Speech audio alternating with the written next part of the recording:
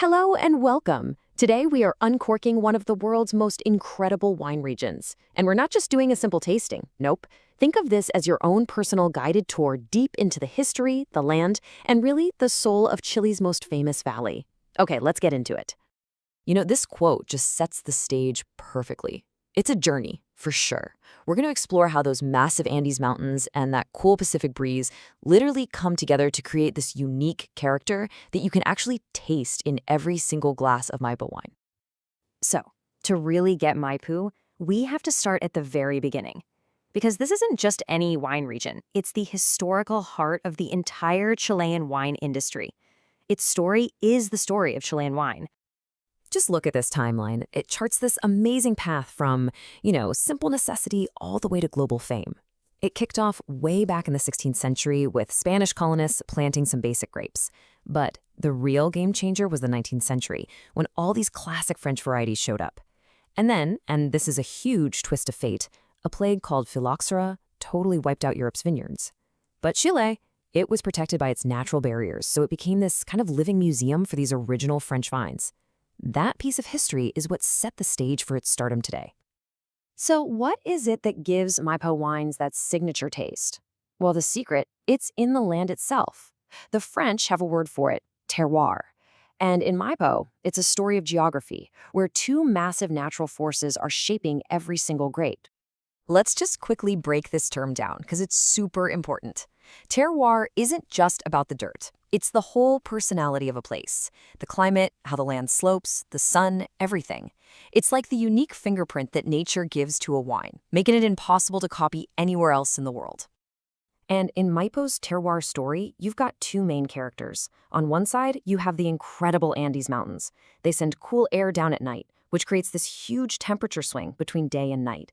That forces the grapes to ripen slowly and develop really deep, complex flavors. And on the other side, you've got the Pacific Ocean sending in breezes that work like natural air conditioning, keeping all that freshness locked in the grapes. It's this perfect dance between the two that makes the climate so ideal. Now, because of this varied terroir, the valley isn't just one big blob. It's actually broken down into three really distinct zones. Way up in the foothills of the Andes, you have Alto Maipo.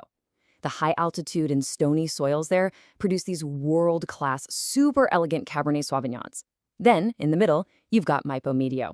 It's a bit warmer, more fertile, and just perfect for versatile reds like Carmenere.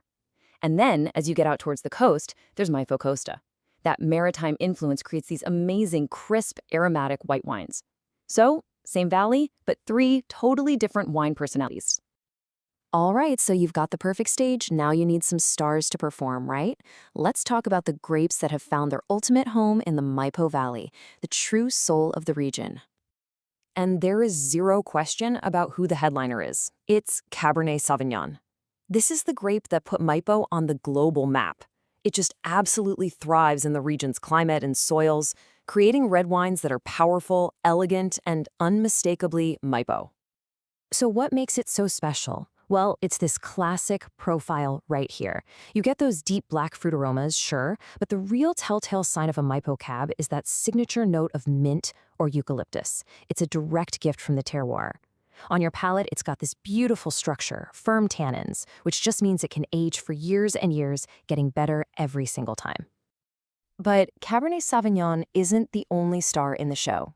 There is another grape with a much more mysterious and, frankly, fascinating backstory, a real case of mistaken identity. And you're not going to believe this story. For over 100 years, everyone in Chile thought they were growing Merlot, but it always ripened a little later, and it tasted a bit different. Finally, in 1994, a grape expert realized, wait a second, this isn't Merlot at all. It was Carmenere, a grape that was thought to be extinct in its native France. It was a mind-blowing discovery that gave Chile its very own signature grape. This chart gives us a great snapshot of the valley. As you can see, Cabernet Sauvignon is the clear leader. I mean, it makes up half of all the plantings. But Carmenere, Merlot, and Syrah, they play these crucial supporting roles, adding all this wonderful diversity and complexity to the region. So we have the history, we have the perfect grapes growing in the perfect spot, but how do you get all that goodness from the vineyard into the bottle? Well, that's where the human element comes in. It's the art and science of winemaking. I absolutely love this analogy of the winemaker as a maestro, a conductor of an orchestra.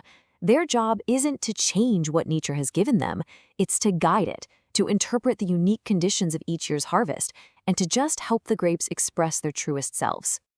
This whole process starts with a sustainable harvest, often picked by hand to make sure only the best grapes get in. Then comes a super careful temperature-controlled fermentation to protect all those beautiful aromas. After that, the wine is aged in oak barrels, which adds these great layers of complexity, like vanilla and spice.